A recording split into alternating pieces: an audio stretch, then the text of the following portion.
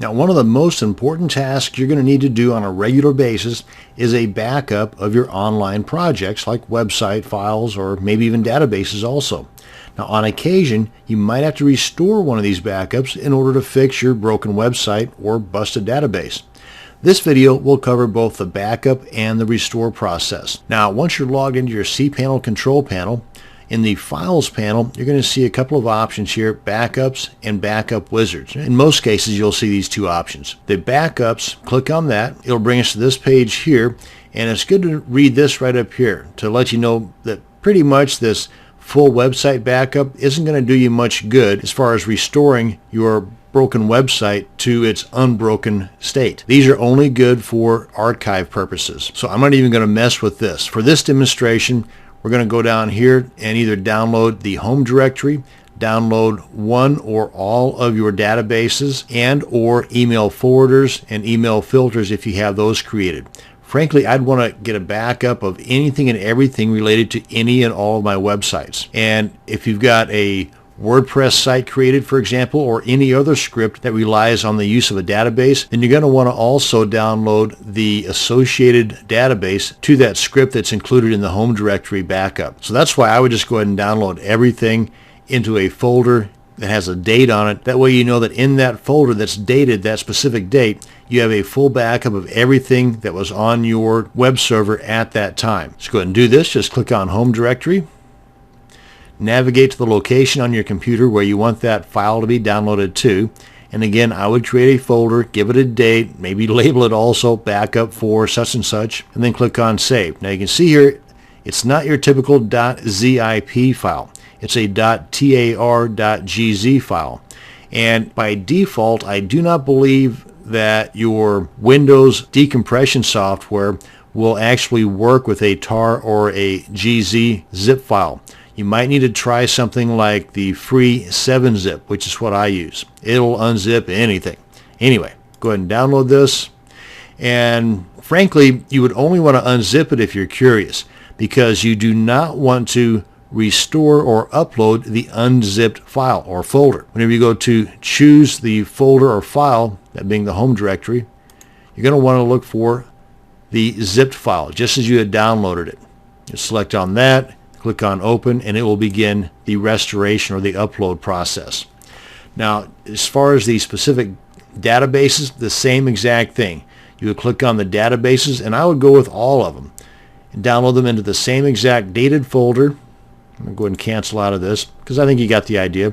Same with the email forwarders if you've got any of those, and any filters that you've already created as well. And that is how you can quickly and easily get a full snapshot or a backup, and how you can also easily restore from that backup the folders that represent your web server up to a specific date. Now, if you wanted to do this the old-fashioned way, the manual way, you would come into the File Manager,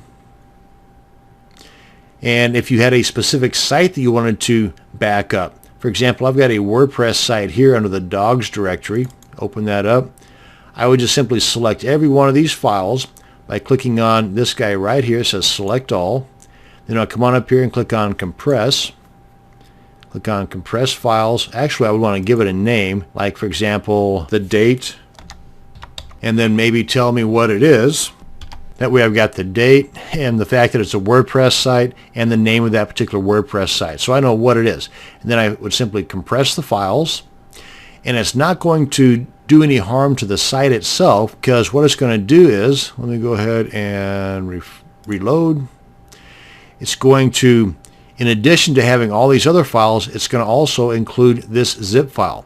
What I would want to do is get this onto my computer by selecting it, downloading it to my dated folder. So if anything were to happen to my WordPress site here in the future, I could just upload this zip file, and then with it selected, I would just click on extract, and then it would extract all of these folders and files that were contained in this zip file to begin with. Now, with a WordPress site, you also have the associated database. So you would want to download or export that database that's associated to the site. And just to make sure I've got the right database, I would click on the wp-config file, and I'd want to view and see what the database name is. That's the wrdp1.config. Don't need this anymore.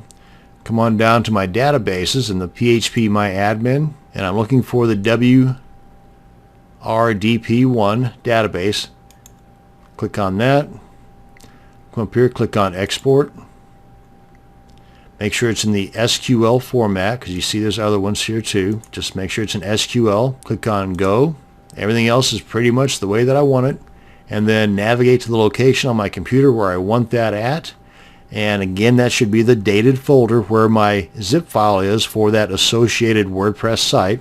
Click on Save. Bing, bang, boom. I've got the database, the WordPress site in a zip file. Everything's downloaded and ready just in case my database and or site goes kaploy. I would be able to fix it in just a matter of minutes, depending upon my internet connection and how fast I can upload those files. And that's it. That's how easy it is for you to do a custom backup and restore, as well as taking advantage of the built-in backup operations of cPanel. Thanks for watching, and you have a great day.